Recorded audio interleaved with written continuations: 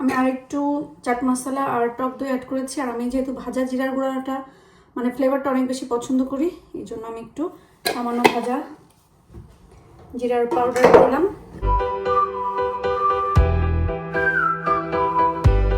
আসসালামু আলাইকুম।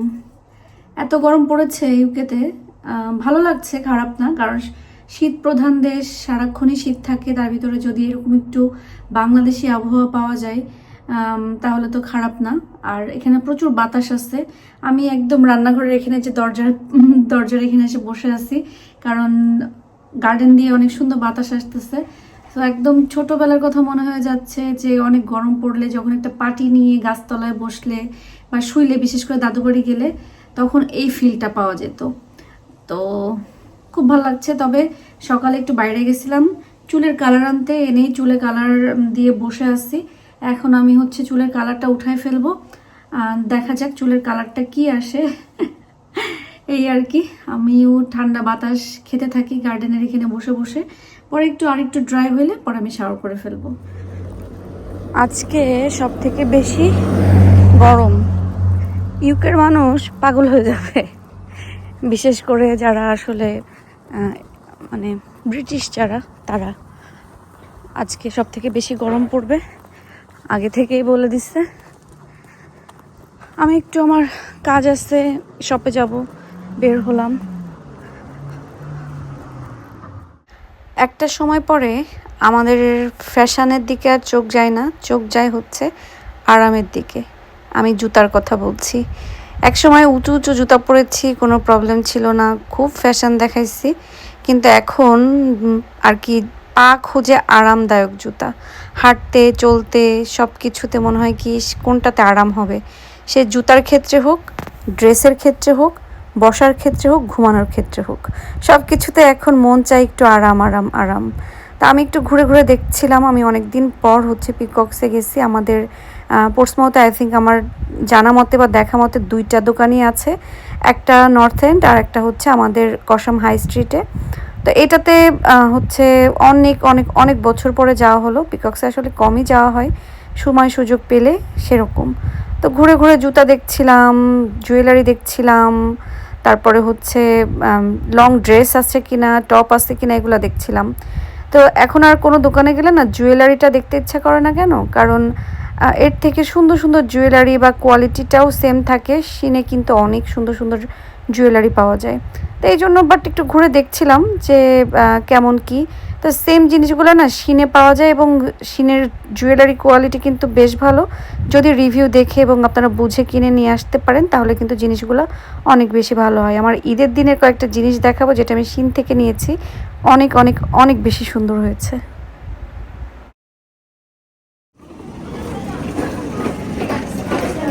এই নুলুকটাতে বহুদিন পর বন্ধু, বহুদিন পর আসছি। উফ, খুবই শান্তি লাগতেছে।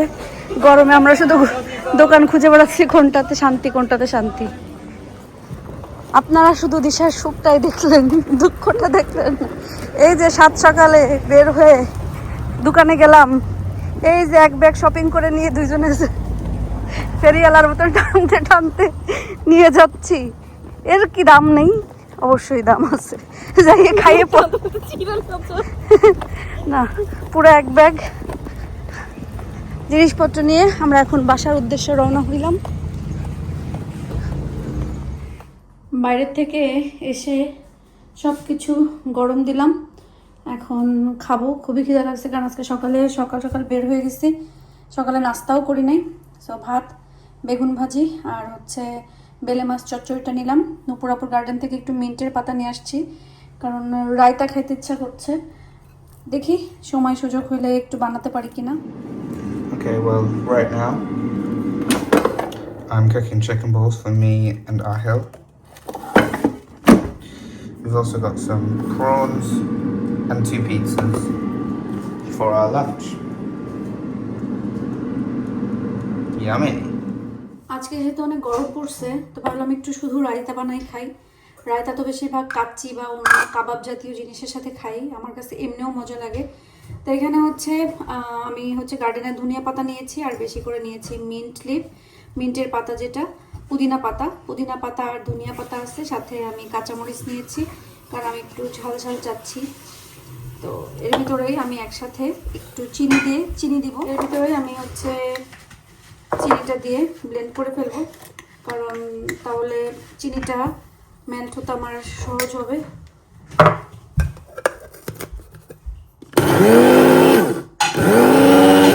ব্লেন্ড করে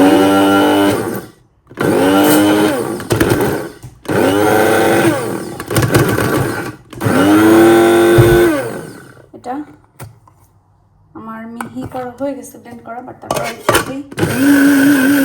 আপনারা সবসময় কি করবেন, ধনিয়া পাতা, কাঁচামরিচ বা হচ্ছে পুদিনা পাতা ব্লেন্ড করতে গেলে পানি দিবেন না। এমনি শসা থেকে পানি বের হয় বা মশলা পানি মানে লবণ থেকে পানি বের হবে, সবসময় টক দই দিয়ে, যে টক দইটা অ্যাড করবেন সেই টক দই দিয়েই আপনারা হচ্ছে ব্লেন্ড করে নেবেন।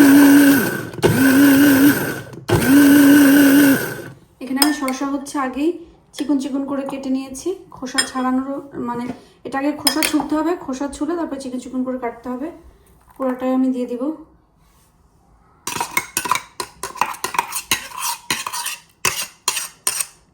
এর ভিতরে কাঁচা পেঁয়াজ দিতে হয়। আমি যেহেতু শুধু খাবো, কোনো কাবাব বা কোনো কাচ্চির সাথে না বা বিরিয়ানির সাথে না, এই জন্য আমি পেঁয়াজটা দিচ্ছি না, কারণ পেঁয়াজ দিলে মুখে অনেক বাজে গন্ধ হয়ে যাবে। তো শুধু খাওয়ার জন্য আসলে এরকমই ঠিক আছে। এখানে আরও অনেক কিছু যাবে, আমি এক এক করে মিক্স করি। দিয়ে দিব হলো চাট মশলা। এটা আপনাদের টেস্টের উপরে দিবেন যে আপনারা কতটুকু চাচ্ছেন। আমি কিন্তু আগেই লবণ দিইনি, কারণ চাট মশলাতেও লবণ থাকে। তো আমি এটা মিক্স করার পরে যে আমি লবণটা কম লাগলে তখন আবার দিব। এটা হচ্ছে ঘরোয়াভাবে ঝটপট। আপনি যদি রায়তা খেতে চান সেই ক্ষেত্রে এরকমভাবে তৈরি করবেন, খুব সহজে ঝটপট হয়ে যাবে। এরপর দিব এর ভিতরে দই।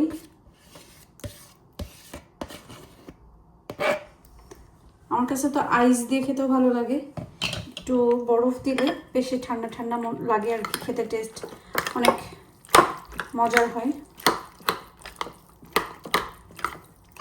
আমি কিন্তু ধনিয়া পাতার পুদিনা পাতাটা একটু বেশি দিয়েছি, আমার ঠিক ওইভাবে খেতে ইচ্ছা করছিল এই জন্য।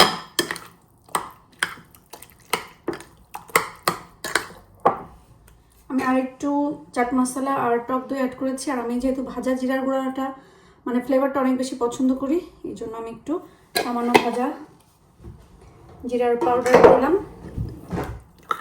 মিক্স করে বসে বসে খাবো।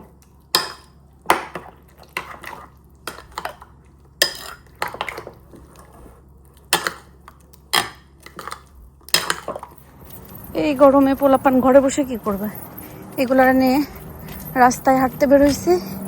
একজন কি জাপান আর একজন, হেই তুমি কি নাই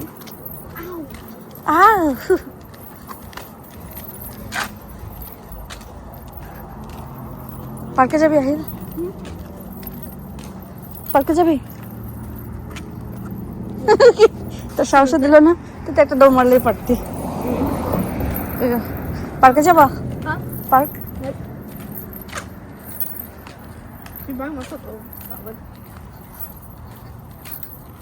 ফুটবল নিয়ে তুমি মার সাথে সাথে এখানে আসবা, ওকে? আসবা? ওকে। কাজ করতে আর ভালো লাগে না, খাওয়ার আগে কাজ, খাওয়ার পরে কাজ, কাজই কাজ। এখন হচ্ছে এগুলা সব একটু একটু করে তরকারি আছে। গরমে আসলে খাওয়া দাওয়ার চাহিদাটা ওরকম কারণ নাই, এটার জন্য লতি রান্না করছিলাম, এইটুকুই আছে। আর যে মুরগি আজকে 2 দিন না 3 দিন আগে রান্না করছিলাম, খাওয়ানো হয় নাই, এভাবে একটু আসছে, বাট এগুলো এখন ফেলে দিতে হবে, কিছু করার নেই। আর ভাতটা দেখি ভালো থাকলে তো ভালো আছে, আর নাহলে যদি দেখি যে একটু মানে নরম নরম হয়ে গেছে, কারণ বাসমতিটা একটু কুইক পানি পানি হয়ে যায়, গরম যেরকম পড়ছে আর কি, পানি দিয়ে রাখবো। আমার আয়দাহের পান্তা ভাতও অনেক পছন্দ করে, তো ওরা পান্তা ভাত খেতে পারবে। আমি এই জিনিসগুলো তারপরে আবার একটু ধুয়ে টুয়ে এগুলো রেখে যেতে হবে। সব কিছু চিকেনের এটুকু ফেলছি, কারণ ওটুকু খাওয়া হবে না। আর লতি একটু ছিল, ফ্রিজে রেখে দিয়েছি। আর এগুলো সুন্দর করে ধুয়ে টুয়ে রাখলাম।